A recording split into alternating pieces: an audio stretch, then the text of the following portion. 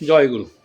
আমি যেটা বলছিলাম যে আমি আমার প্রাইভেট জীবনে যেটা বিশেষ গুরুত্ব দেওয়া হয় সেটা হচ্ছে সৎ চেষ্টার উপর।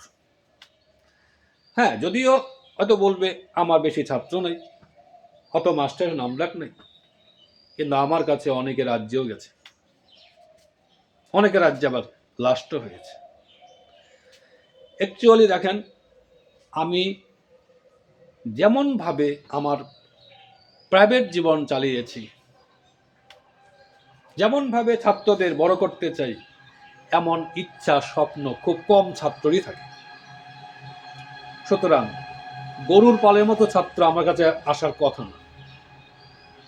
যারা অসৎ, জীবনে বড় হতে চায় না, মতো তারা প্রকৃত হতে চায় না, আমার কাছে টেকেই নেই। কারণ আমি অসৎদের সহ্য করতে পারি না। তো যাকগে, এবার একটা কথা বলি, কারা জীবনে বড় হয়েছে, বড় বড় রেজাল্ট কারা করেছে? যারা সৎ চেষ্টা করেছে।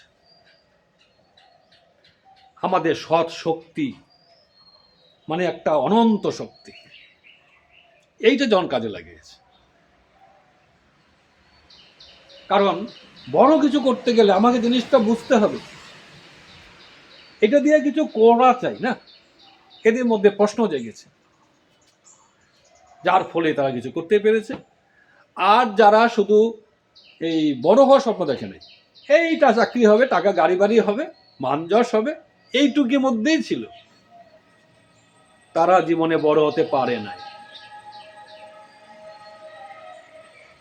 হ্যাঁ, এইবার কি হয়, এমন জীবনে যখন আমি যেতে চাচ্ছি, তখন আমার বন্ধু বান্ধব কিন্তু সব এই জীবনেই থেকে যাচ্ছে। এতে কি হচ্ছে, অসৎটা আরো বাড়লো। অনেক সময় হয় না, দেখাতেই করছে, কেউ দেখাচ্ছে, নকল করছে, কি হয় কিনা। তাহলে আমি যদি কাউকে দেখায় দেই, তাহলে কি হচ্ছে, ওর মধ্যে যে করার শক্তি আছে, তখন কি এটা নষ্ট হয়ে যাচ্ছে না? যার মনে করেন টাকা নাই, আমি যদি ওকে প্রতিদিন যদি টাকা দিয়ে হেল্প করি, তাহলে ওর যে কিছু করার ক্ষমতা থাকলো কি? তো দেখেন, অসৎ জীবনে প্রেমও কিন্তু অসতেই থেকে যাচ্ছে। যারা বড় হয়েছে তারা প্রেম করলেও তারা ওই প্রেমের মধ্যে সত্য খুঁজেছে, আসল প্রেম করতে চেয়েছে। এবার আসল প্রেম কোনটা হয়? এই যে সৎ শক্তি, ভিতরের যে সৎ শক্তি, এটা জাগিয়ে তোলার সাধন। এখানে যখন পরস্পর চেষ্টা করে, তখন সত্যিকারে প্রেম হয়। আর এই প্রেমই আমাকে মহৎ জীবনে নিয়ে যাচ্ছে। এই জন্যই বলে, যারা জীবনে বড় হয়েছে তারা প্রেমী ছিল। হ্যাঁ, এইবার অনেকে বলেছে যে আজকাল তো সৎ লোক দেখাই যায় না। তা আমি বলেছি, ভালো কিছু করেছে এমন কি খুব দেখা যায়? আরেকটা কথা হচ্ছে, যারা হয়তো অনেক কিছু করেছে, অসৎ হয়ে অনেক আছে, টাকা গাড়ি বা মানজর, খুব ভালো আছে, বলতে পারবে কেউ কি? কেন ভালো নাই? সৎ জীবনের স্বাদ পাইলে, প্রেমের জীবনের স্বাদটা পাইল না, যা নাকি আমার লক্ষ্য ছিল। আমি পৃথিবীতে এসে জানলাম আমি শরীরের সুখে মায়া আমি মেতেছি, যার ফলে আমি এই প্রকৃত সত্যতে বঞ্চিত হয়েছি। না করলাম মানুষের জন্য, না সেবার স্বাদ পাইলাম না, মানুষের প্রেম থেকে বঞ্চিত হয়েছি, অর্থাৎ আমার জীবন থেকে বঞ্চিত হয়েছি। ব্যথাটা এইখানেই। শোনো, একটা কথা বলি, একটা সিংহ শাবক, ও যখন ভেড়ার সঙ্গে বড় হয়, ভেড়ার জীবনে যতই সে মান পাক যশ পাক, সে কিন্তু সিংহত্বের স্বাদ থেকে বঞ্চিত। আমি যখন শরীর হয়ে বেঁচে আছি, খুব অহংকার করছে, দেখো আমার অমুক তমুক হয়েছে, অনেক কিছু হয়েছে, অথচ আমি নিজেকে সৎ হিসাবে, প্রেমী হিসাবে জাহির করি নাই। এটা ওই সিংহের শাবকের ভেড়ার জীবনের অহংকারের মতো হয়। যার ফলে মানুষ এত কিছু থাকার পরেও মানুষ খারাপ আছে, একেবারে পরিষ্কার কথা। যদি মানুষ সৎ হতো, প্রেমী হতো, এত কিছু লাগে না, এত জোর করে বড় হতে হয় না।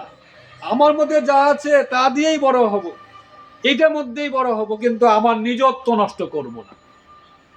একটা কথা মনে রাখতে হবে, আমি পৃথিবীতে যে 2 দিনের জন্য আসি তা নয়, কিন্তু আমাকে অনন্তকালেই বাঁচতে হবে।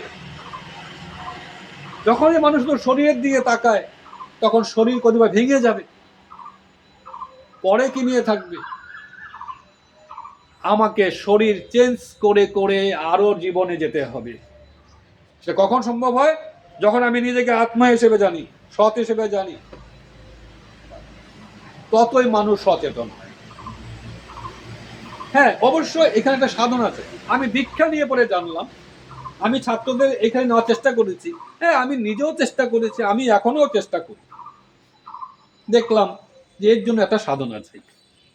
এই জন্যই অবতার পুরুষরা আসে, যাকে যেখান থেকে মানুষ দীক্ষা নেয়, সৎ নাম নেয়। এইখানে যখন মানুষ সাধনা করে অভ্যস্ত হয়, তখন বুঝতে হবে আমার জীবনে যাওয়ার, সৎ জীবনে যাওয়ার অভ্যাসটা কি। কারণ আজকে ভেড়াটা যদি মনে করে আমি সিংহ হব, তো সিংহ চলন চরিত্রের দিকে যেতে হবে কিনা। এটাই হচ্ছে সদ্গুরুর দেওয়া যে বিভিন্ন যে চলন দেওয়া আছে, এই চলনে যাওয়া। এইটা, এই চলন নিয়েই আমি আমার জীবনে চলে যাচ্ছি। তার সঙ্গে আমার সম্পর্ক হয়, যাকে আমি হারিয়ে থাকি। এই জন্যই বলি, যদি মনে করো আমার কথাটা সত্যি, তাহলে সত্য পথ পাওয়ার জন্য সত্য পথ অবলম্বন করো। থাকি জয়।